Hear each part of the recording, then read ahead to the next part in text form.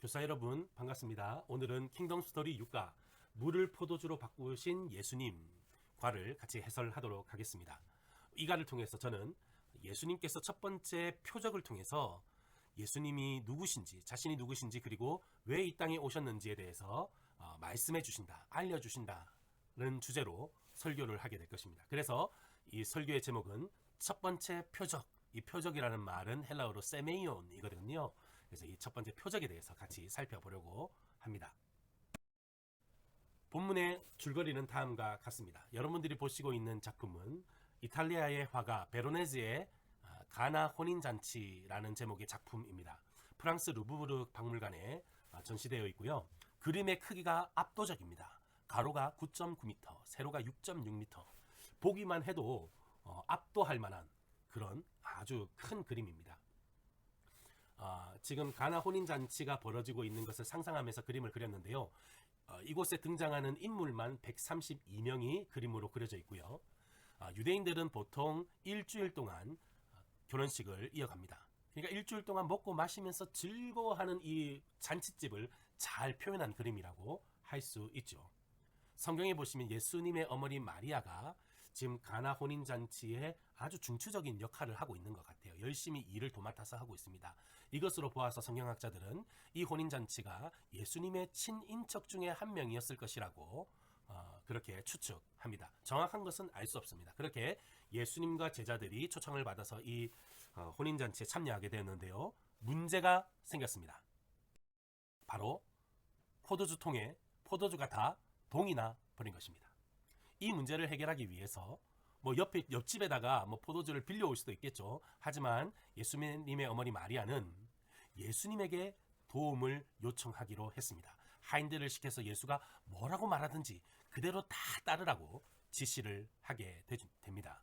자, 예수님의 해결책은 무엇이었을까요? 그것은 동 항아리 6개에 물을 가득 채워서 그리고 그것을 떠서 연회장에 갖다 주라는 명령이었습니다. 이 돌 항아리는 오늘 6절 말씀에 보면 유대인의 정결 예식에 사용되었던 것으로 그렇게 설명하고 있습니다.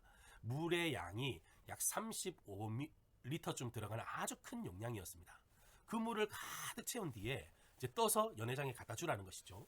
하인들은 의아해했지만 마리아의 지시를 따라서 예수님의 명령대로 그대로 순종하게 됩니다. 물을 떠서 이제 연회장으로 도착하는 순간 물이 변하여 포도주가 되게 됩니다. 손님들은 이렇게 좋은 포도주를 왜 뒤늦게 내느냐며 다시 잔치집의 기쁨을 이어가게 되죠. 그래서 이 베로네즈의 그림처럼 다시금 축제 분위기가 연출되게 됩니다. 이것이 오늘 본문의 줄거리입니다. 그렇다면 우리 내용을 같이 이해해 보겠습니다. 첫 번째 질문. 혼인잔치에 포도주가 떨어진 위기 속에서 예수님은 어떤 해결책을 제시하셨나요? 네, 앞서 살펴본 것처럼 유대인의 정결 예식에 사용되는 돌 항아리 6개를 물을 채우고 그 물을 떠서 연회장에 갖다 주라고 하셨습니다. 돌 항아리는 물을 가득 채운 것은 무엇을 의미할까요? 돌 항아리에 물을 가득 채운 것, 그것은 먼저 중요한 것은 이 돌 항아리가 유대인의 정결 예식에 사용됐다는 것입니다. 이 정결 예식은 유대인들이 성전에서 예배할 수 있도록 몸을 씻어 준비하는 예식입니다. 하나님 앞에 나아가면서 손과 발을 씻지 않고 나아갈 수 없게 되어 있죠. 그래서 이 항아리들은 유대교의 신앙 체제를 상징합니다. 곧 율법을 상징하죠. 율법 아래 놓여 있는 유대인들의 삶을 이 돌 항아리가 보여주고 있는 것입니다. 그런데 예수님은요, 이 돌 항아리를 물로 가득 채워서 이제 자신의 사역을 드러내는 그런 통로로 사용하셨습니다. 그러니까 더 이상 하나님 나라는 정결 예식, 더 나아가서 율법으로 완성되지 않는다는 것을 보여주는 것이죠. 예수님의 사역으로 인하여 하나님 나라가 임하게 된다는 것을 보여주는 것입니다. 두 번째는 돌 항아리에 물이 가득 채워진 것처럼 하나님의 나라가 풍성하게 임할 것이라는 것을 이 돌 항아리가 보여주고 있습니다. 자, 그렇다면 포도주가 떨어진 잔치집에 다시 기쁨을 회복시키신 예수님의 이 첫 번째 표적은 무엇을 의미하는가? 잔치집은 이 세상을 상징해요. 그런데 영원히 행복하고 즐거울 것만 같았던 잔치집에 포도주가 딱 떨어지고 말았습니다. 이것은 죄로 말미암아 영원한 행복과 기쁨을 상실한 이 세상을 상징합니다. 그런데 예수님은 물을 포도주로 바꾸셔서 이 기쁨을 잃어버린 잔치집에 다시금 행복과 기쁨을 회복시켜 주십니다. 이것은 죄로 말미암아 소망과 기쁨을 잃어버린 이 세상을 복음으로 다시 회복시킨다는 것을 상징합니다. 자, 그렇다면 이 말씀을 오늘 내 삶에 한번 적용해 보겠습니다.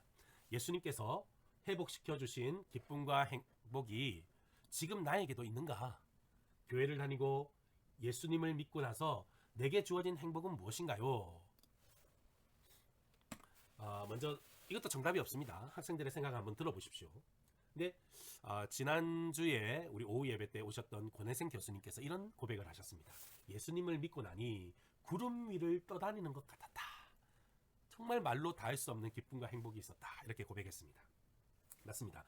예수님을 믿고 난 이후에는 적어도 내 인생의 가장 큰 선물은 바로 구원을 받은 것이다. 하나님의 자녀가 된 것이다. 이 사실을 고백할 수 있게 되어야 합니다. 행복의 기준이 바뀌는 것이죠. 이 세상 사람들은 더 가지고 더 명예롭고 더 높은 자리에 올라가야지 행복하다고 얘기하지만 우리 그리스도인들은 내가 내 죄를 사함받고 구원을 받은 것이 가장 큰 행복이고 주님과 함께 동행하면서 때로는 부족하고 때로는 연약해도 나 같은 죄인도 하나님 나라의 일꾼이 될 수 있다는 것에 행복하고 감사하는 것, 행복의 기준이 바뀌게 되는 것입니다. 저의 일례를 든다면 제가 중고등부 시절 때에 수련회 때 정말 은혜를 받고 많은 친구들이 구원을 받았습니다. 그때에 엄청난 태풍이 불었는데요. 그때도 어김없이 교회에 모여서 같이 놀았습니다. 같이 찬송 부르고 모이자고 약속을 해서 모인 게 아닙니다. 태풍이 불고 비바람이 불어도 교회에 가고 싶은 거예요. 교회가 너무 좋은 거예요. 그렇게 와보니까 친구들이 와 있었다는 거예요. 기쁨과 행복의 기준이 바뀌게 됩니다. 예수님 안에서 또 우리가 하나님이 주신 교회 공동체 안에서 누리는 참된 행복, 하나님께서 우리에게 예수님께서 첫 번째 표적으로 우리에게 보여주신 회복시켜주신 행복입니다.